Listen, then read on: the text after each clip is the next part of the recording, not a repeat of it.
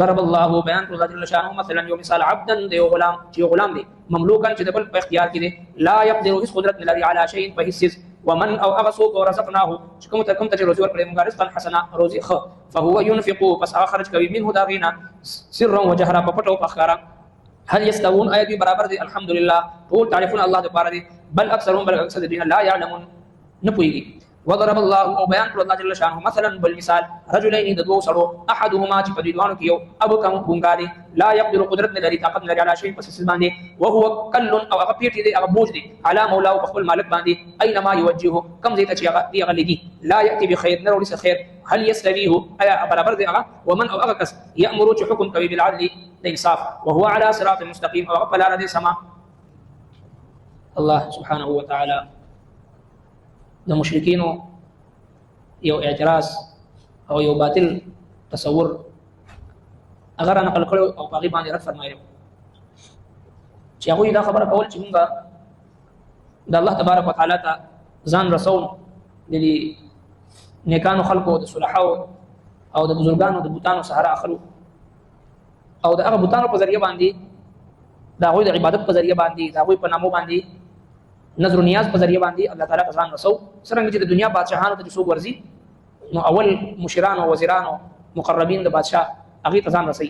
موږ هم دغه د الله جل شانه نازول خلق چې کوم دي د هغوی د بوتانو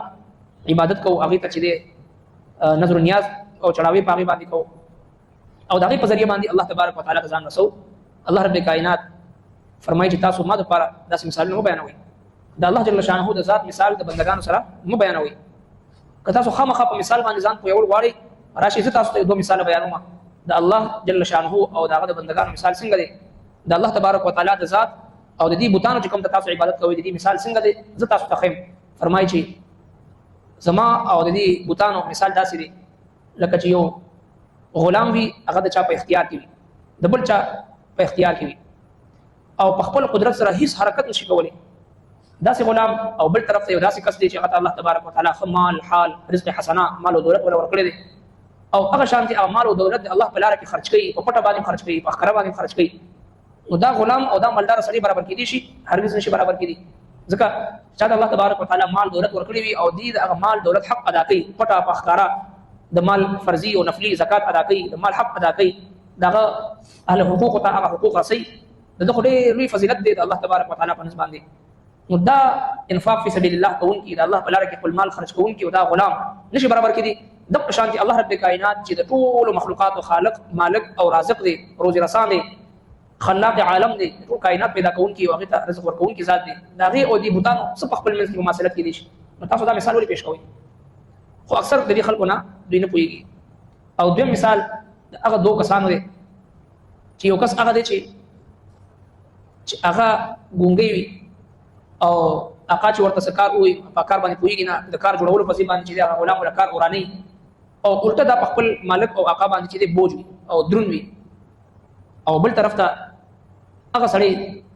چې هغه ته د کم کار حکم وشي نو فورا هغه کار سره رسي تابعداري کوي حکم مني او فائدہ رسي خپل هغه ته دا دوه نشي برابر کېدي د قشان دي الله تبارک وتعالى ذات چې د ټول کائنات رازق دی مالک دی خالق دی هر څه پر کوون کی ذات دی داغي مثال تاسو دغه بوتانو سره ورته وي چې هغه خپل وجود باندې بوج دي هیڅ نشي کولای هیڅ حرکت نشي کولای نه اوریدي شي او نه کتی شي او نه حرکت کولی شي نه غزدي شي داغي مثال تاسو د الله تبارک وتعالى ذات سره څنګه ورکوي ضرب الله بیان کړ الله جل شانه مثلا یو مثال عبدا چې یو غلام دی مملوکا د بل په اختیار کې دی د بل مملوک دی د بل په ملک کې دی لا يقدر هیڅ قدرت نه لري علی شیء په هیڅ ومن رزقناه او اغسو دویم کس هغه دی رزقناه کوم ته چې موږ روزي ورکړي دا منا خپل طرفنا رزقا حسنا روزي خو فهو ينفق پس خرج کوي منه داغینا سرا پټا وجهرا او پخکارا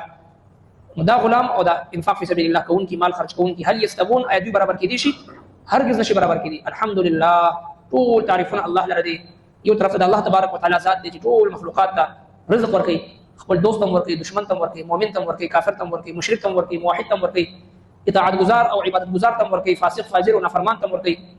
اولیاء کرام هم ورکي خپل دشمنانو هم ورکي داسې ذات نو د بوتانو سره مواصلت راتلی شي الحمدلله ټول تعریفونه یو الله لپاره دي بل اکثرهم لا يعلمون بلکې اکثر د دوی نه پوهیږي وضرب الله او بیان کړ الله جل شانه مثلا بالمثال رجلين د دوه سړو احدهما چې په دې دوانو کې یو ابکم ګونګاري لا يقدر قدرت لري على شيء په هیڅ شی باندې وهو کل او هغه پیټ دی بوج دی على مولاه په خپل مالک باندې اينما يوجه کم زیته چې دی هغه لګي لا ياتي بخير نه وروړي څه خیر خپل عقا باندې بوج دی او چې کم کار پسې لګي هغه کار جوړولو پسې باندې هغه وراني سمولو پسې باندې وراني هل يستويه اي برابر دی هغه ومن او هغه کس يامر چې حکم کوي هغه بالعدل الانصاف نو عدل الانصاف حکم کول والا او برابر خدمت کول والا عدل الانصاف امر کول والا او بل طرف داسې ګونګي چې هغه په خپل مالک باندې بوج وي دا برابر کیدی شي هرگز نشي برابر دي دغه شانتي الله رب الكائنات ان الله يأمر بالعدل والاحسان وايتاء ذي القربى وينهى عن الفحشاء والمنكر دا عدل الانصاف حکم کون کی ذات دی او په ټول مخلوقاتو کې عدل الانصاف کول والا ذات دی هغه ذات او دا بوتان دا څنګه برابر کیدی شي وهو على صراط مستقيم او فلاره دې سم نو هغه عدل انصاف کول والا په سم لار باندې کس بل طرف دا ګونګي او په خپل عقا باندې بوج او هیڅ طرف ته خیر ورو توقع نشته دا نشي برابر کړي د پښان دي الله رب الکائنات ذات تاسو چې دې بوتانو سره مسموي